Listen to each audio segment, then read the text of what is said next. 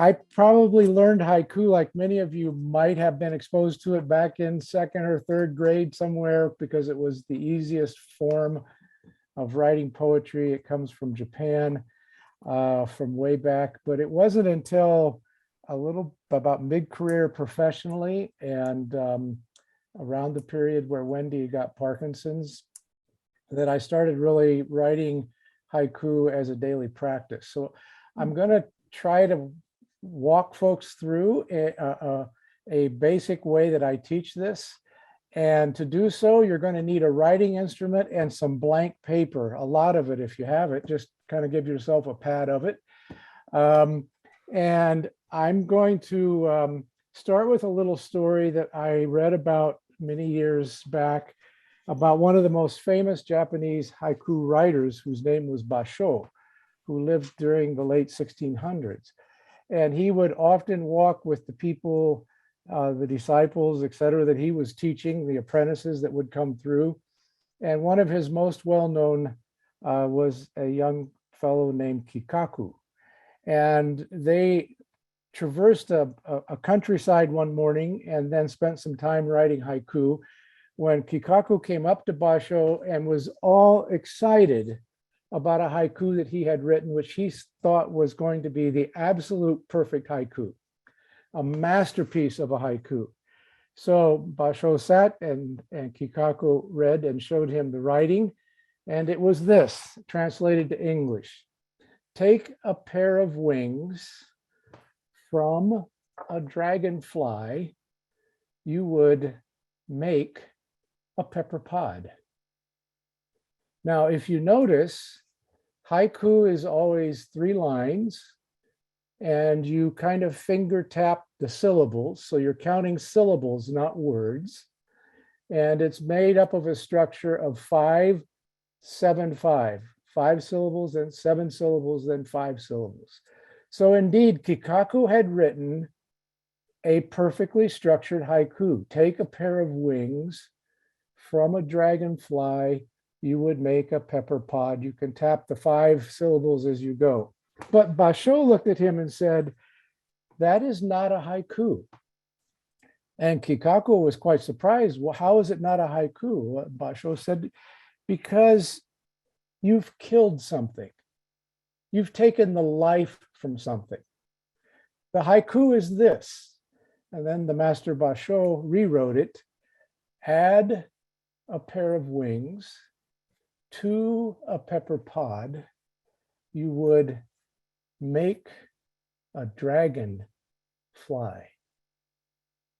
All of a sudden, it's got layered meanings and it has brought life. And you can see quite clearly that it is the exact structure again, but something shifted in the playing with the words that Basho did.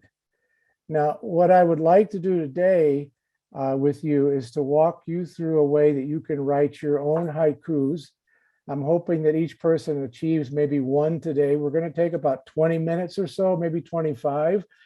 Let me describe the basic process so that you're prepared, because I'm just going to go step by step from here forward. If you can have some sheets of paper, I'm going to have you take 3 sheets and I'm going to have you put the titles on them, which are these: sounds, sight, and gut. Just a big word at the top of each sheet, because I'm going, as the next steps, I'm going to go back and we're going to take a couple of minutes, not more, and I want you to only concentrate on one of your senses. So in this case, one sense will be sounds. The second 2, I have some photos that I will share that permit you to look at sight. The third one is this kind of gut reaction. And I'll explain when we get to that what I mean. I know gut is not always included in the senses, but I think there's a lot going on from what we know about Parkinson's in the gut. So the gut reactions are very interesting sometimes. So if you can have those 3 sheets prepared, what I would like to do is, as a first step, is have you have right in front of you the sheet that says sounds. And my first instruction will be very simply this. I'm going to place up a photo that you don't need to look at. If you can, for 1 minute, and I'll try to track the time, for 1 minute, close your eyes and try to listen to everything that can be heard right where you're sitting. For 1 minute, listen to everything that you can hear from right where you're sitting. Just concentrate on sound. And when we come back from that 1 minute, I'll give you a second instruction. So if you're ready, close your eyes and the minute begins. Listen only to the sounds around you.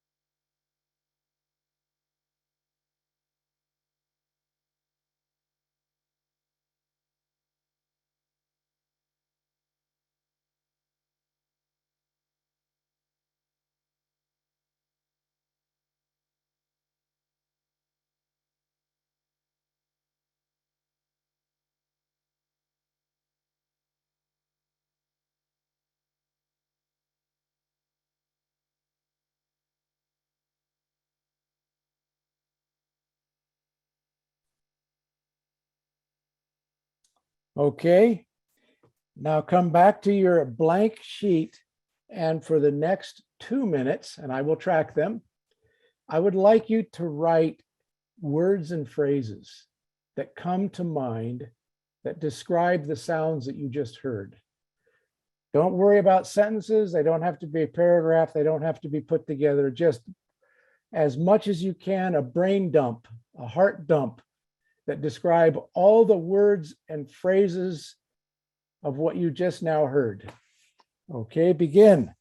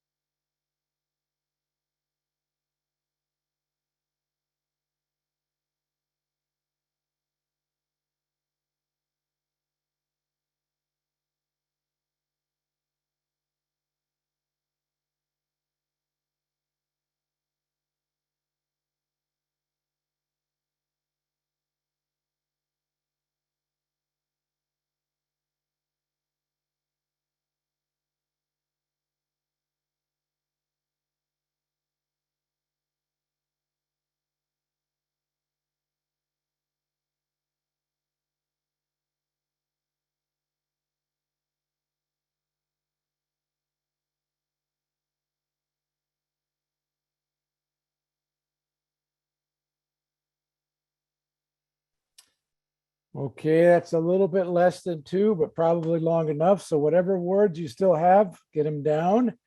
And now if you can, bring the sheet up that says sight. And when you have that in front of you, it should be a blank sheet that says sight. I'm going to skip ahead to a second slide here, which is this one. And what I would like for you to do for 1 minute is just stare at this photo. And then when I give the signal, start writing every word and phrase that comes to mind or that is incited in your heart around this photo.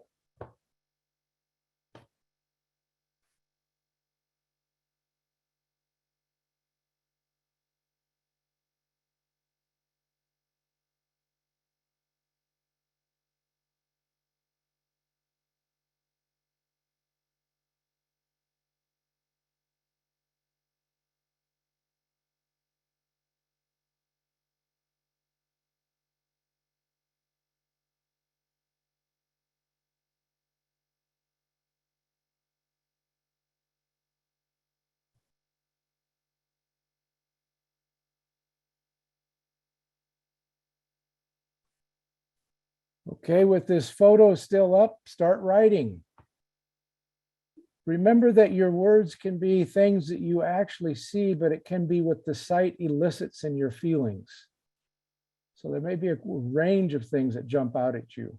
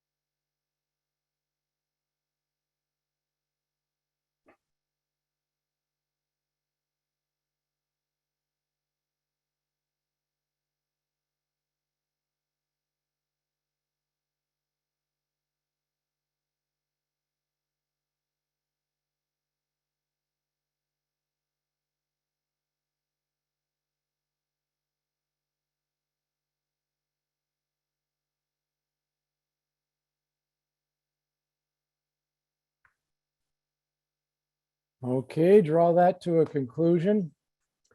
And now, if you can, bring forward your sheet that should be empty that has the word gut on it.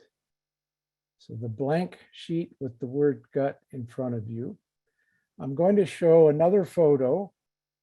This time, you certainly are welcome to examine it by way of sight, which is the method that you will be able to perceive it. But I'd like you to pay special attention to what explodes in your own body, what your body seems to feel when you see this photo, what we might call the gut reactions. The photo has some little different parts to it, so you're certainly welcome to examine. I'll give a minute to look and a minute and a half or so to write those phrases. So if you're ready, here we go.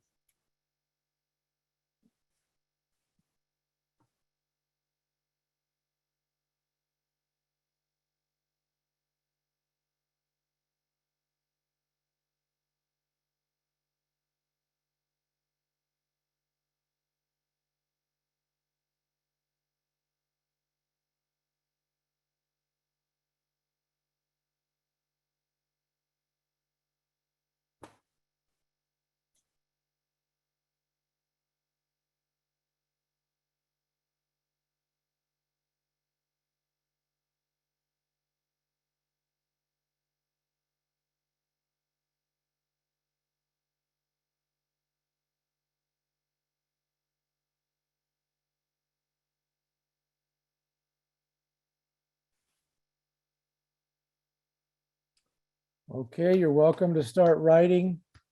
What does this photo create as an experience in your body, in your gut?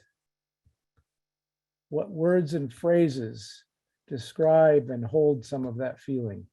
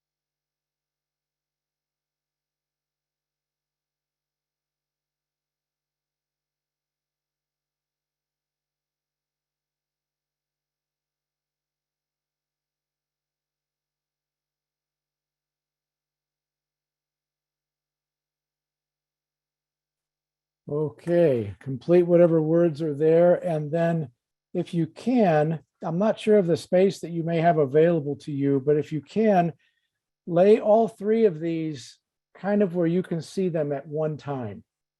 There's a certain kind of, I did this exercise this morning. I had to take these photos so that I could walk you through pieces of this. But I want to make a very small note about this idea of laying these three side by side so that you can see them at once. One of the reasons I first got into haiku was I work a lot in very difficult situations of conflict, and often violent conflict. And among the experiences that we have, and that what I tried to work with my students to work with, is how to hold complexity and simplicity together. And haiku was one of the few things that I found that permitted me to practice complexity and simplicity. And when Wendy's diagnosis came, I had a very similar feeling of how to hold complexity and simplicity. So one of the things that's happening here is that just over the last 5 to 6 minutes, some 60 or 70 of us more or less looked at, examined, heard very similar things in just a few minutes. And yet the complexity comes rushing at you of what each of us brought into that and back out of it again. So when you put these three side by side, you can see each individual piece and you can also see the whole. I think it's an interesting little exercise, how to be aware of the simple individual piece and the whole. So our next step is you begin to play with this essentially. Your phrases, as you can see, shape up words, and those are made on syllables. You can see I jotted down there a few of these, and I started putting numbers above them. I typically do it by finger tapping. I just say the words and tap the syllables as I go. So take a look at what you've written and just read back over it. And then when you feel like you're ready, you may start to actually begin to focus in on one or more of these. You should feel no need to work exclusively on one. You can pull a word or a phrase from any one of the three sheets. You can puzzle them together however you wish. You can see that on Gut this morning, when I had this photo up, I put crazy fisherman. And when I tapped it out, crazy fisherman was a perfect 5 syllables. So that's in there. I'm going to put that up. And I start playing with the way that I might arrange the three phrases: 5 syllables, 7 syllable, 5. And you'll notice too that I make a mistake. I cross it out. I reshift it. Hurricane's fury actually shaped up was 5 syllables.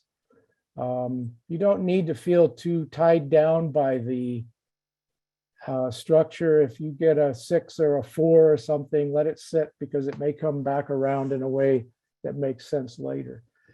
So right now, my invitation is we're just going to take a few minutes in silence for you to play around with your 3 sheets, the many phrases and words, and see if you can shape up a little haiku or two. And then I'll give one last instruction before we can kind of conclude the exercise. So read back through it, play with it, see if you can puzzle together a haiku or two.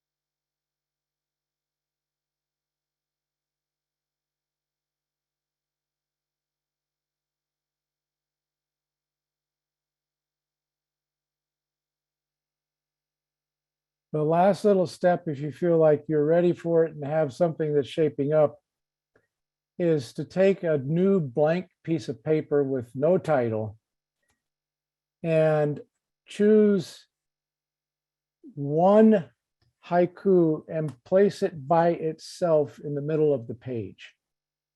It's sort of like framing up a piece of artwork. Just let it sit all by itself in the middle of this big page.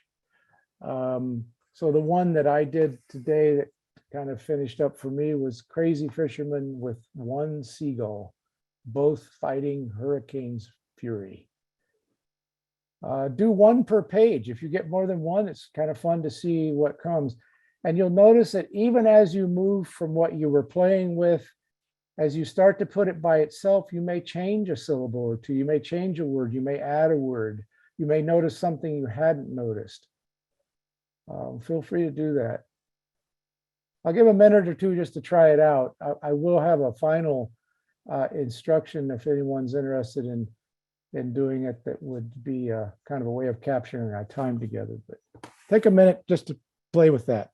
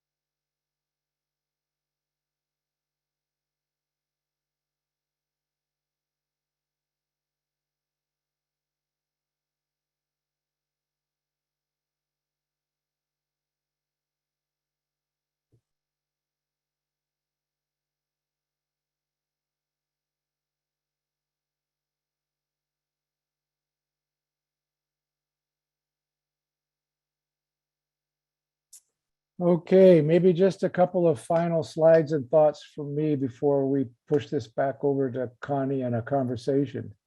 And you're welcome to keep writing as I'm talking.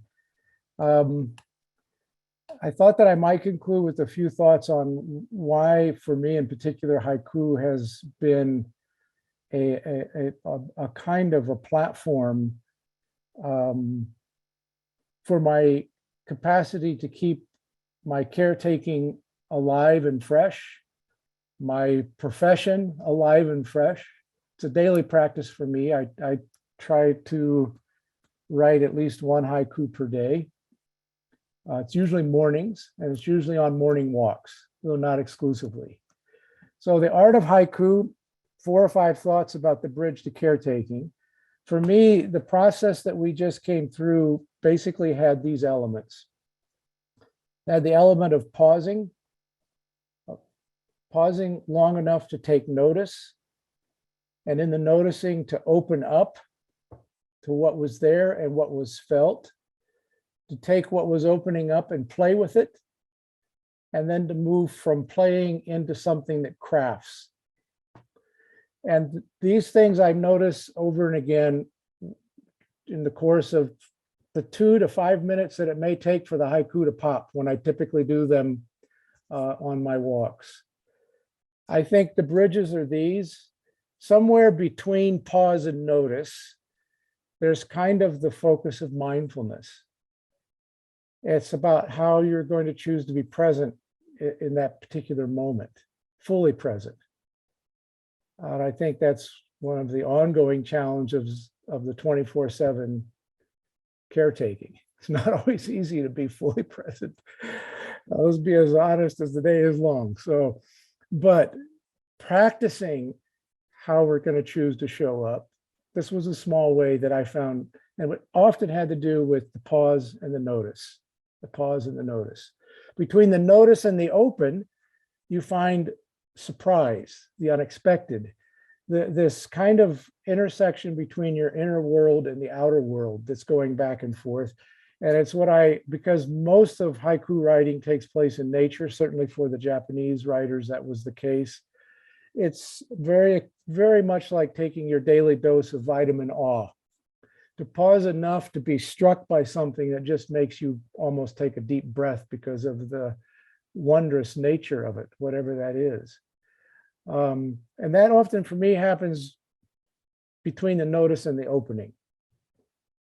Between the open and play, it's to a significant degree a kind of a form of letting go of control. Not everything will be under control. Playing is about some form of unleashing and playfulness. I study a lot around the issues of trauma because of the nature of the work that I'm in. And one of the things that we found consistently about trauma is that there is no scientific evidence that being serious about serious harm gives greater insight to the human condition than being playful. And that in fact, playfulness sometimes will open up understandings that were not available by trying to, think it to death or analyze it to death. And it is between open and play, I think, that creativity and joy have capacity to be emergent. Because it has to do with letting go and letting something come that's there but not yet quite named. Between play and craft, this would probably be at the level of if you were moving more in the direction of this being something you wanted to shape up. What I often find is that when I first get the haiku down, there are things that I didn't notice about myself, about the haiku, about what it was saying. And so there's a kind of a re-noticing about what's hidden in there. What's it speaking to me?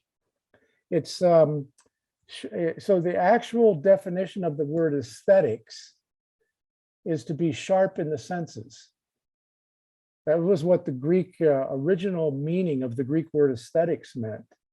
So how to bring the senses to a place where they are capable of being sharper for watching what speaks and learning into meaning and purpose, which I think is a big part of at least as I've understood my process of caretaking, about how meaning and purpose continuously unfold in so many ways. And that leads simply to the craft and back, that it's for me a very small dose, about 5 minutes a day of some form of renewal, connection particularly to beauty and healing. And that those beauty and healing for me are very proximate. They have something that brings together aspects of our humanity that we aren't always able to touch and nurture.